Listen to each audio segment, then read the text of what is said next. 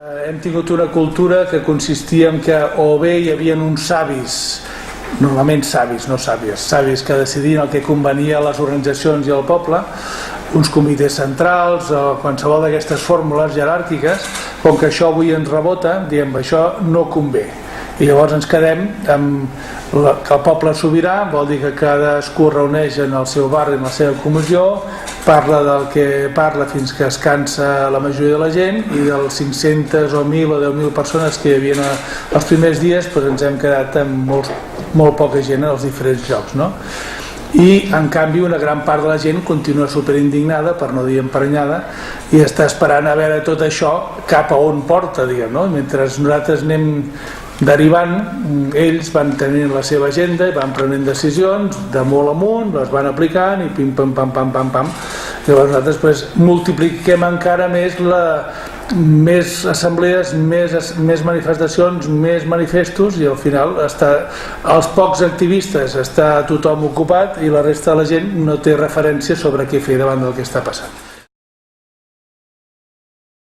Que ens demani que cada assemblea, cada comissió, cada grup, cada organització que vulgui, digui quins serien aquells 2 o 3 objectius clau. Els podem distingir, com hem fet aquí, entre objectius de canvi institucional, no? Regles de joc, lleis, reglaments, polítiques i això, objectius de canvi en relació amb les corporacions, amb les empreses, el que sigui, i objectius de canvi social de la nostra manera de viure i de la nostra manera de cooperar o deixar de cooperar amb les institucions polítiques i amb les corporacions privades.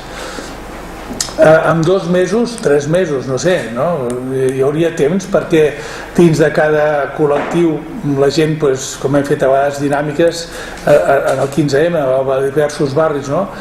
Cadascú escriu 2 o 3 propostes del que li semblaria important, es posen en comú, la gent les prioritza amb les mans o amb unes targetes de color o per internet, que tot això existeix, i automàticament cada assemblea, després de 2 mesos o 3 mesos, diu, mira, aquells 2 o 3 temes que tenen més acord, no hem votat, sinó que tenen més consens, un grau de consens superior, són aquests 3 o 4 de cadascun d'aquests àmbits.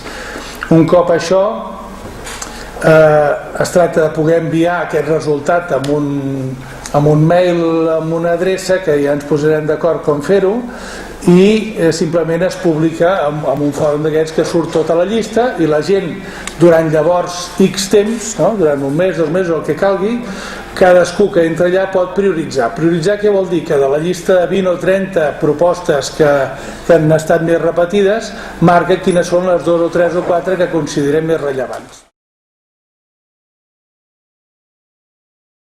No hi pot haver un comitè polític, perquè el comitè polític la gent desconfiarà d'ell, dirà qui l'elegeix, llavors hauríem d'entrar en un procés d'elecció. Jo dic simplement una coordinació tècnica de la consulta. Per exemple, aquest fòrum l'hem muntat bàsicament un equip que ens hem preocupat de la coordinació tècnica, no hem introduït criteris de contingut en els processos. Tot el que ha arribat s'ha col·locat aquí, s'ha parlat amb els autors si alguna cosa no s'entenia i ja està, no? Simplement és això.